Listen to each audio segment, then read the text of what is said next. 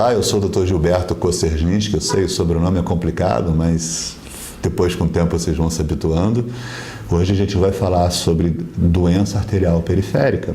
Vamos falar um pouquinho sobre isso para vocês entenderem melhor o que é a doença arterial periférica e a visão da medicina integrativa nela. A doença arterial periférica ela é causada por um processo de gradativa obstrução ou inflamação dessa artéria.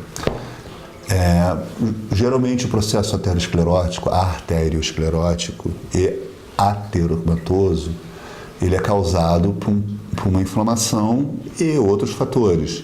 Existiu um grande mito do colesterol alto, que hoje em dia cada vez mais a gente sabe que o colesterol é o coitado da cena que foi pego ali no crime, que não necessariamente ele cometeu o crime, mas ele estava ali na cena, então a gente culpa ele. Mas o principal vilão dessa história é um negócio chamado inflamação crônica. É o grande fogo que arde sem se ver, já dizia Camões, né? E a ferida que dói que não se sente. Então,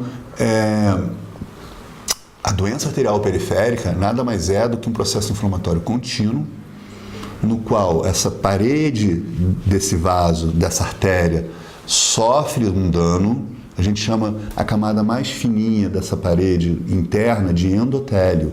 Esse endotélio sofre um dano e ali começa um processo de reparação. Se isso se der cronicamente, vai juntando molécula de colesterol, plaquetas, outras coisas ali que vai formando uma espécie de placa. O nome dessa placa a gente chama de ateroma.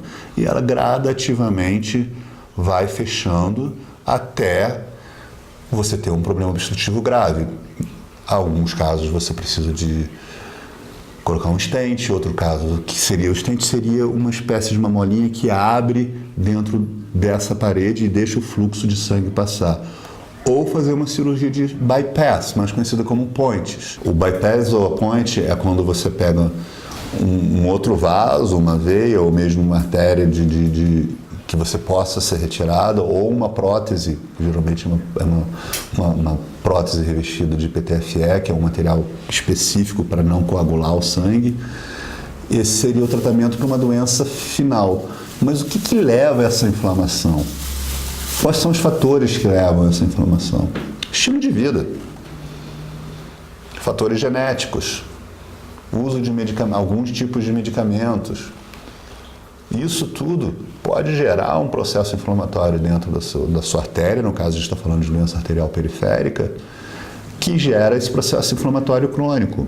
Por exemplo, os tabagistas eles sofrem com isso e eles ainda podem ter um outro tipo de doença arterial periférica, que é tromboagente obliterante, que não necessariamente está relacionada a placas, mas o vaso por si só entende que ele está sendo agredido e ele começa a se fechar. Então isso é um problema muito sério. Então o tabagista, ele, além do problema do pulmão, problemas gástricos, problemas outros que o cigarro pode trazer, ele também pode trazer doença periférica. E se está na periferia, por que não vai estar também no coração? Visto que o modelo é o mesmo. Então pacientes com doenças periféricas, ou pacientes com diabetes que tendem a doenças periféricas também, deve mudar o estilo de vida. A gente trabalha em conjunto com um cirurgião vascular e angiologista para poder melhorar o problema da doença arterial periférica.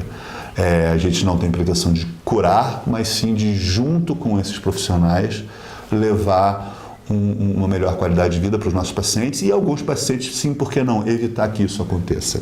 Então, no nosso próximo programa, a gente vai conversar sobre os grupos de alimentos que ajudam a tratar a obesidade, ou até mesmo evitar a obesidade, e que é importante para você adquirir como hábito no seu dia a dia. Te vejo lá, hein?